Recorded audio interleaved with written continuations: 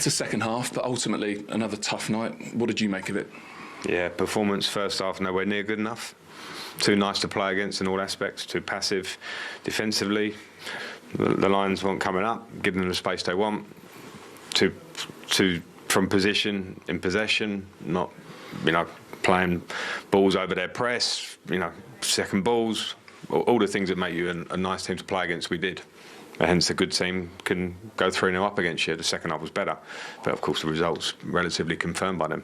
I mean, does that really hurt you to say? Because one thing I think of with your Chelsea teams, no one would ever finish a game against them and think, that was nice. Oh, I don't know about my Chelsea teams. Any Chelsea team, I suppose. Yeah, Chelsea's been a big success for 20 years or whatever it is in terms of domestically and with Champions Leagues. But at the moment, we're not in that position.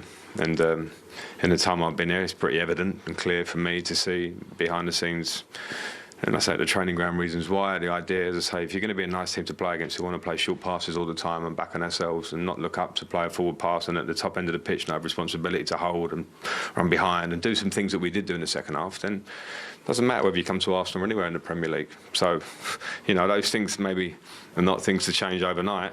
But we better get there quickly because we've got another game coming at the weekend and the game's come. I think the default sometimes with supporters and from us in the media is when you see a first half like that, they're not trying hard enough, they don't care enough. Is that fair? Is that right? Well, the passive nature of our game, you could attribute it to many things, and I think that's the easy go-to. They don't care enough. The players certainly care, but when you are... And I hate to say this, low on confidence, because tonight I don't want to say the low on confidence thing too much, because you're playing for Chelsea, there's a level of performance you have to do, and you can be low on confidence but still show a dynamic side to your game where things might not go for you, but as a collective, you're making contact off the ball with their good players, but making them feel hurried. We didn't, and all the things we spoke about before the game. So, whatever.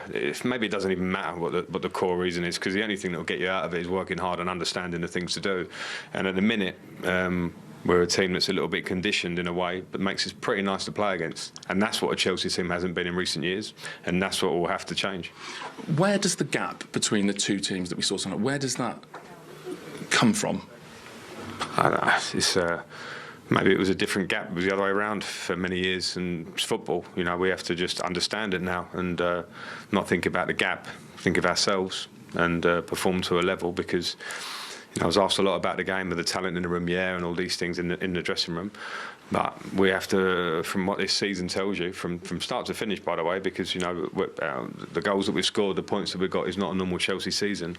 We need to find the reasons quickly, and it won't be an overnight fix, because these things are not, in terms of going from the first half being so nice to play against that you're not competing enough in the game, is something that really has to be corrected. I guess that's what I'm getting at, really. You put those two teams on paper alongside each other and you think, well, there shouldn't really be any gap, but you look on the pitch and in the league table and it's huge. Yeah, I mean, there are a lot of parts to that, aren't there? You could probably say this has been a team building for 2 or 3 years in the making, So they've added in pretty much every position, high-level players. They've had some great players come through. The two wingers are a great example of that.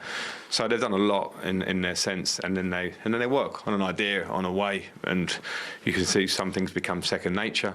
And the movements they want to make. So for me, it's impossible for me to come in here in 3 or 4 weeks and get all those things, because you have to work on the training ground, all that stuff. You can't just show a meeting and show the players here's the movements to make and go and do it. You have to repeat, work and repeat, and have to have buy-in. And if players don't do it, then they don't get in the team. And that's the process of a top club.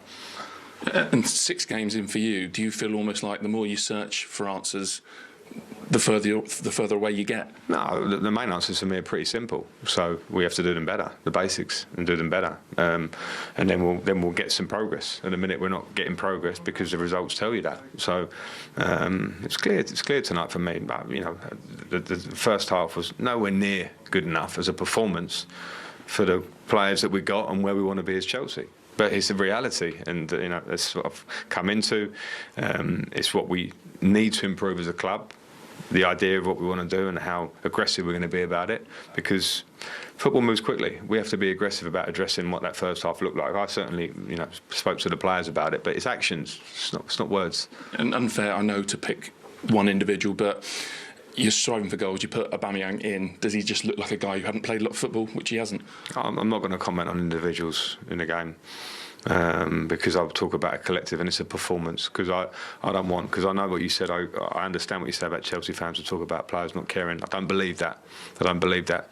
They're lads that want to do well for this club, but they have to understand what that means and what that entails every day, from training on a Wednesday, Thursday, Friday for a Saturday game, whatever day you want to talk about, how you prepare, how you maintain yourself, and those standards are clear. So it's a collective. If I'm going to talk about an individual, I'll maybe talk about Noni, who scores the goal. And I understand what you say about Chelsea fans who talk about players not caring. I don't believe that. I don't believe that. They're lads that want to do well for this club, but they have to understand what that means and what that entails every day, from training on a Wednesday, Thursday, Friday for a Saturday game, whatever day you want to talk about, how you prepare, how you maintain yourself, and those standards are clear. So it's a collective. If I'm going to talk about an individual, I'll maybe talk about Noni, who scores the goal, and I thought came in and played like he's been training, and that's a good example. So he'll get his more opportunities. Thank you. Thanks. Cheers.